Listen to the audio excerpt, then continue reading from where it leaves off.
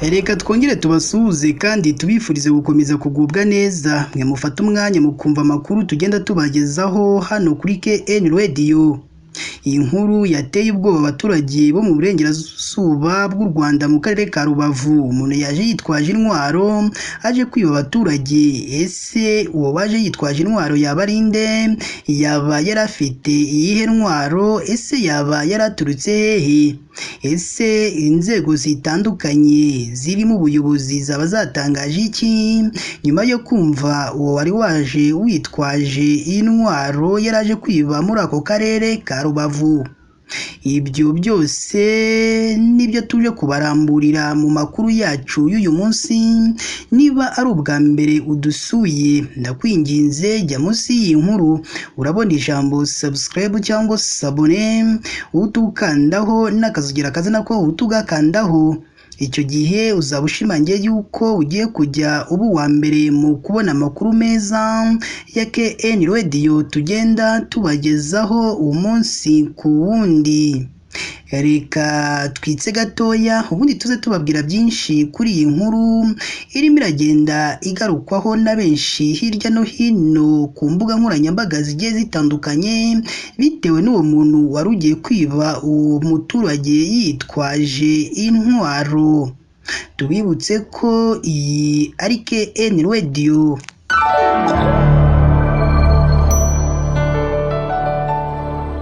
Reka nongere mbaye ikaze bakunzi ba KN Radio, aho tubagezaho amakuru aba arimo aragenda avugirwa mu gihugu cy'u Rwanda ndetse no hanze y'u Rwanda. Inkuru ikomeje kuvugwa cyane mu binyamakuru bigiye bitandukanye bikorera hano mu Rwanda nuko mu karere ka Rubavu umuntu yaje kwiba yitwaje intwaro ariko bamutesha umugambi we atawugezeho.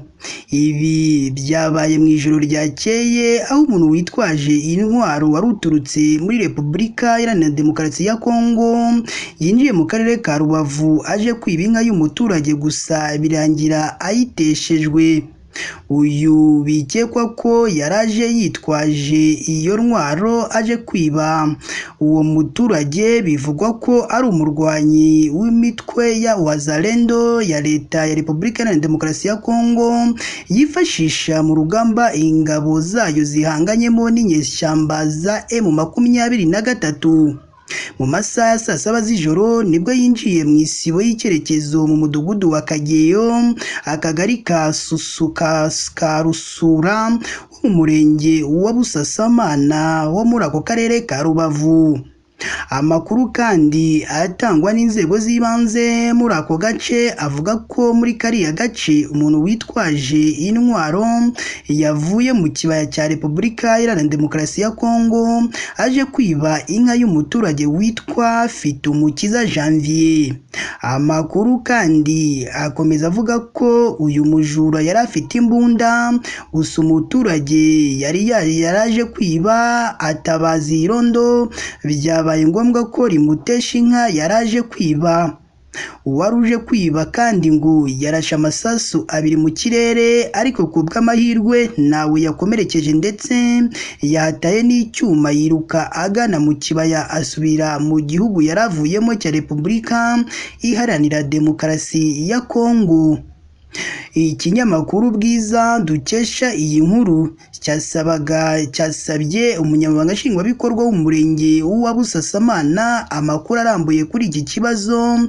Yirinze kugira byinshi atangaza ngo kuko ari muri konje. Icyakora ubwo yasubizaga iki kinyamakuru cyari kimubajije, yagisubije agira ati turi kubikurikirana.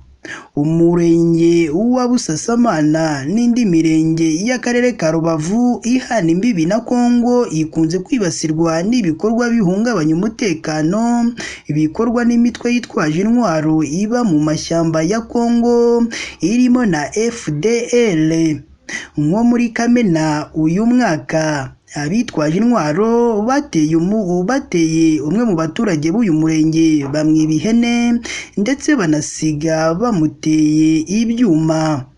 Muri Nyakanga kandi uyu mwaka bwo hari abaturage bashimuswe n'abitwaje intwaro barekurwa batanze ibihumbi 400 by'amafaranga y'u Rwanda. Gusa hari n'andi makuru y'uko mu cyumweru gishize hari inka zibwe muri uyu murenge wa Busasamana wo muri aka karere ka Rubavu. Mu ntangiriro z'uyu mwaka kandi inka zibarirwa muri 24 nazo zibwiye n'abitwaje intwaro bajya kuzirira muri Repubulika Iharanira Demokarasi ya Kongo. Abaturage bo muri kano karere bishimiye uburyo abakora irondo ry'umwuga bari maso bakaza gukiza uyu muturage wari ugiye kwibwa inka n'uyu bikekwa ko ari umuzalendo witwaje imbunda wari uje kwiba uyu muturage inka yiwe.